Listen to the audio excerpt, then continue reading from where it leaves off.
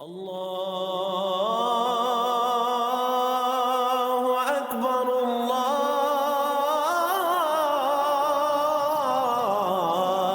اکبر۔ اعوذ باللہ من الشیطان الرجیم، بسم اللہ الرحمن الرحیم۔ فکر اقبال یوٹیوب چینل میں تمام ساتھیوں کو خوش آمدید۔ بات کرتے ہیں بدعت کی، کیونکہ فقراء اولیاء اللہ جو بھی کام کراتے ہیں، ذکر کراتے ہیں، فکر کراتے ہیں، مختلف طریقے ہوتے ہیں بزرگوں کے۔ تو قادری سلسلے میں ذکر جہر ہے، کلندر پاک دھمال کھلاتے ہیں، اس کے دھمال کے ساتھ ذکر دیتے ہیں۔ بہادر ذکر ملتانی جو ان کے مرشد تھے امیر کلال، وہ کبڈی کھلواتے تھے، اس کے بعد دل کی دھڑکنیں ابھار کے اس کے بعد ذکر قلب دیتے تھے۔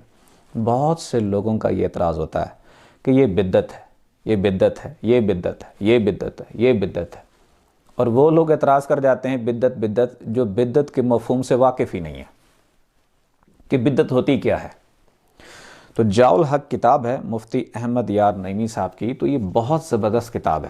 اس میں بڑی خوبصورت انداز میں، انتہائی خوبصورت انداز میں بدعت کی تشریح کی گئی ہے۔ بدعت ہے کیا؟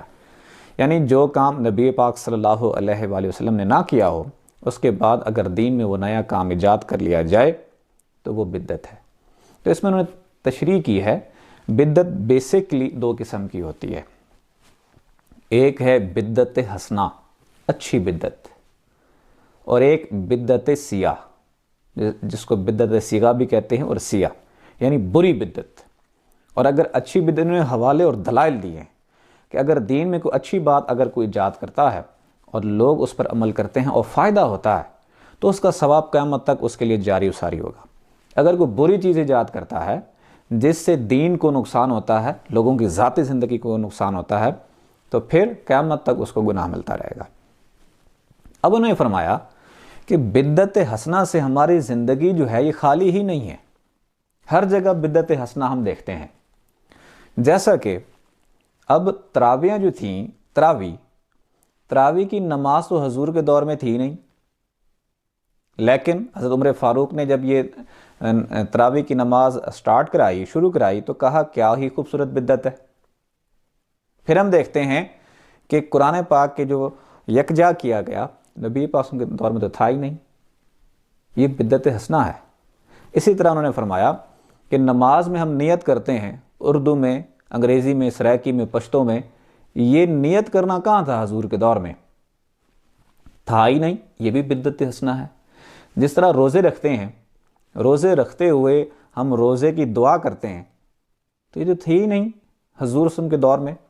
پھر جیسا کہ کلمے ہیں، 6 کلمے، ایمان مفصل، ایمان مجمل، یہ تو نہیں تھے، یہ بعد میں شامل کیے گئے۔ کیا ہیں؟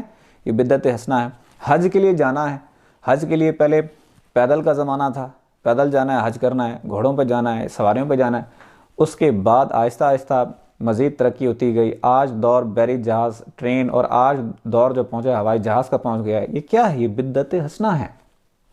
حج کے لیے جو جاتے ہیں، اب جو 4 سلاسل ہیں، روحانی سلاسل، حضور کے دور میں تو نہیں تھے۔ یہ سہروردی، چشتی، نقش بندی، قادری، بدعت حسنہ ہے۔ اسی طرح جو فرقے ہیں، حتیٰ کہ جو فرقے ہیں، دیوبندی، وہابی، بریلوی، یہ حضور کے دور میں تو نہیں تھے، لیکن ان کو بھی بدعت حسنہ کہا جاتا ہے کہ بھئی یہ بھی اچھی بدعت ہے۔ یعنی کہ ہماری زندگی بدعت حسنہ سے خالی نہیں ہے، ہر وہ اچھا کام جس سے ذاتی فائدہ ہو اور دین کا فائدہ ہو، وہ بدعت حسنہ ہے۔ اور جو اولیاء اللہ ذکر کراتے ہیں، اس کے پیچھے جو ہے ایک آئیڈیالوجی ہوتی ہے قلب اور روح کو زندہ کرنے کی۔ قلب اور روح کو زندہ کرنے کے مختلف طریقے ہیں جو ولیوں نے اپنائے ہیں، جس کی وجہ سے اسلام کی اشاعت ہوئی ہے۔ اب خواجہ معین الدین چشتی اجمیری رحمۃ اللہ علیہ جب ہندوستان میں آئے تو اس وقت وہ موسیقی کا راج تھا، تو آپ نے موسیقی کے ذریعے سے ہی جو قوالی ہوئی، موسیقی کے ذریعے سے اسلام کی اشاعت ہوئی، یہ بدعت حسنہ ہے۔